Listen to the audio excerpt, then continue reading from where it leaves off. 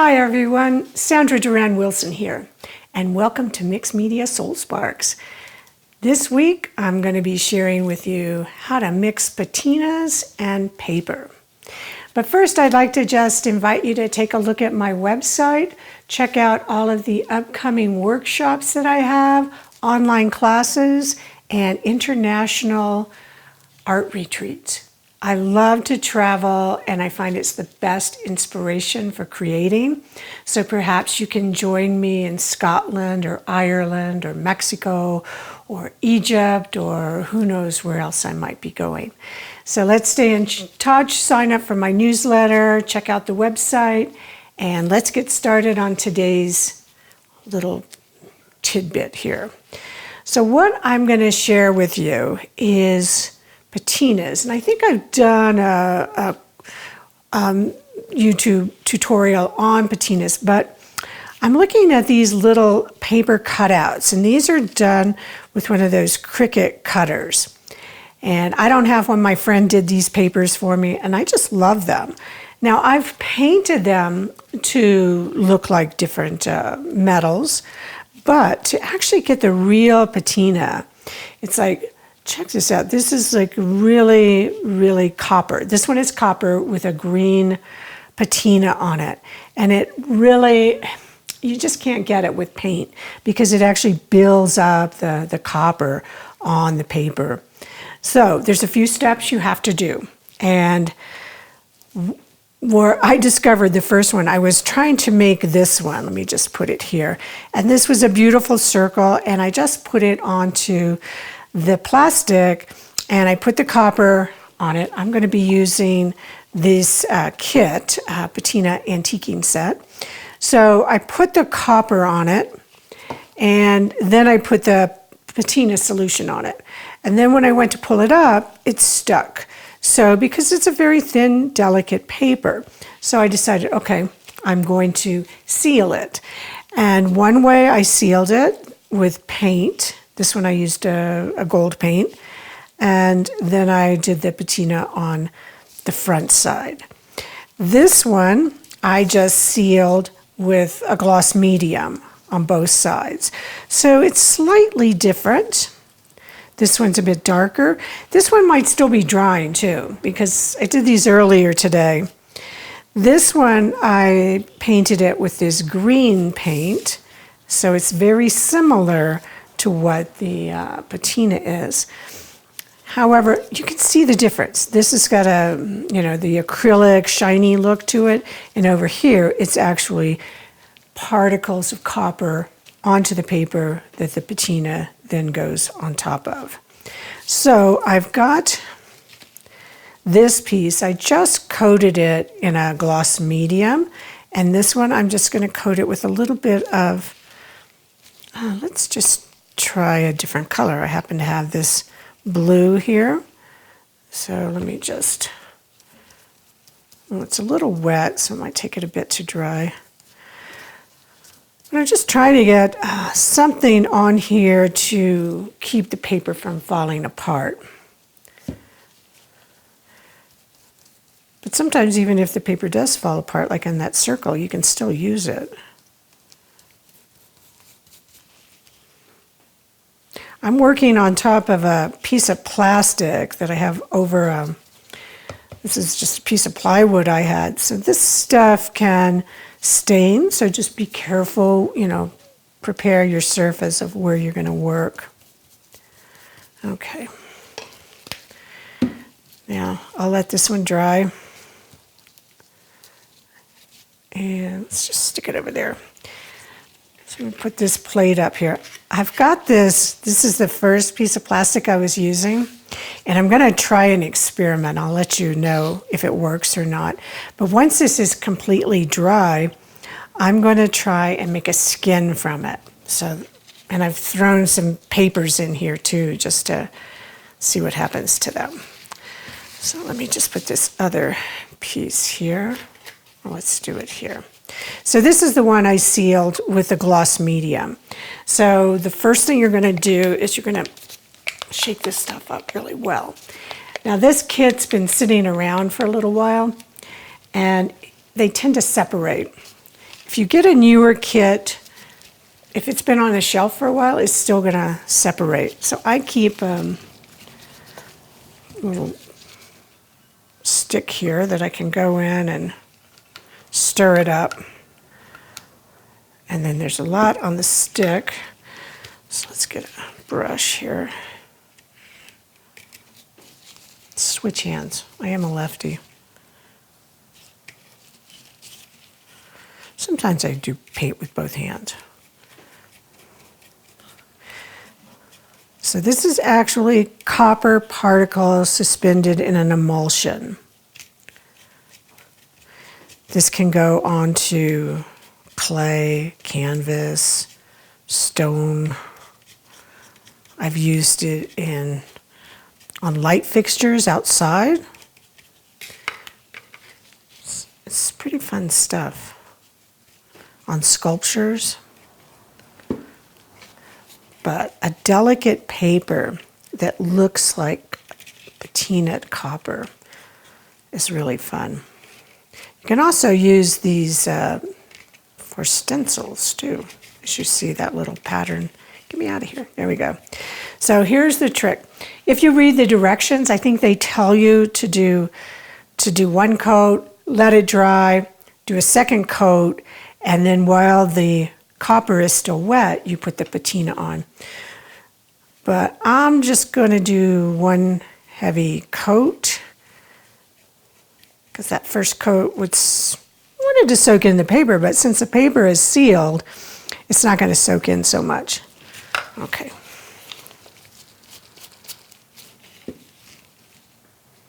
I'm going to put another little piece of paper over here just to use this stuff up.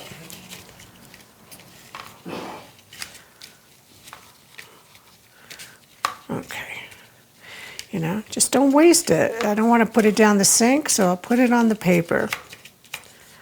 All right. There we go. Now, the patina this is a patina green, very fluid, but you do want to shake it up. This is still wet. The copper is still wet. So I kind of just open the flap a little bit so I can sprinkle it out rather than using a brush. Now this is going to take a while. That's why I've done a few already. I did one about 3 hours ago. I did another one this one I did probably about 8 hours ago. So the longer they take, you're going to start to get more of a deeper patina. It'll stop creating the patina effect once it's dry. So I'm just going to set this aside and we'll revisit it in a few minutes. But what I like to do is when things are, say if I've got them on this plastic and they're almost dry, I want to take them off of the plastic, and this is just some plastic I had from a canvas, but it's kind of crumpled up. And I just put these on here just so they can get some air underneath, so they're not stuck onto the plastic. Just another way so they'll dry faster. Okay. Then, once they're dry and you're happy with them, you're going to want to seal them. If it were stone or metal, maybe not so important, but we're talking paper here. So I'll just take a little matte medium just off the lid here.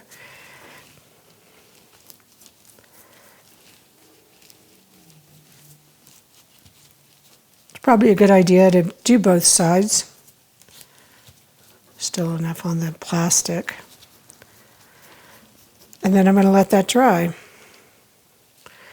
And I'll put it on top of my plastic, wherever I put that. We'll set it on the side here.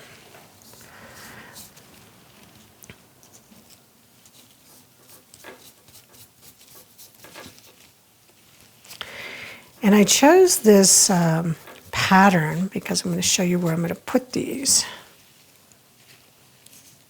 That one's still drying, so I'm going to let that dry some more. before I put the seal on it.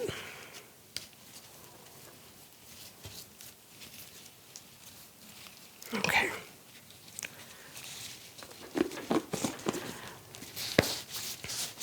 And we'll revisit the one we just did in a few minutes. But let me get this out of the way so I can bring the surface of where I'm going to put these.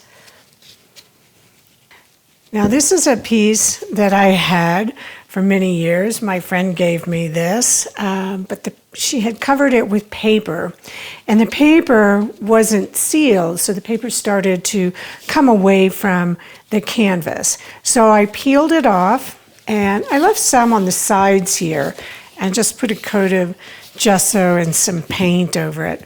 But she had put this piece on the top, which was glued, and I really liked it. Thanks, Patricia. And now I'm going to rework this piece, keep that on there. And these were the ones I sealed. Here we go. This one I was probably going to take, and I can play with the ideas. Maybe I put this. This is one I just painted. I could put that like that. I'll just work with composition. But my original idea was to bring these in and have 3 of them going here. And then I would just adhere this with a medium and finish painting it. And this way, the patinas work well with all the other metals. This is a piece of picture frame and a coin. And I could bring in other highlights. So I'll show you this one when it's finished. But I love working with these papers to make them look like metal. This one still has a possibility in there too. Could be fun. So once you have these made and you have them sealed, just keep them in between some wax paper, and then you can pull them out and add them to your paintings whenever you want. And I'll have links to the products. So let's go back and take a look at this one. How is it looking? And it's really not turning green yet, but it will. In probably another 20 minutes, half hour, it'll start to get the green patina. So they also make these kits in bronze and a gold, and you can buy a rust as well. So have fun with these. You can even find some other objects around, leftover pieces, and patina them as well. Make them copper and then make the patina.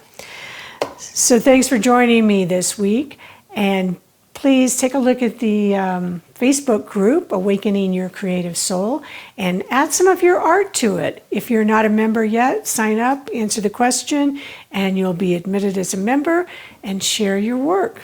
Thanks for joining me. Until next time.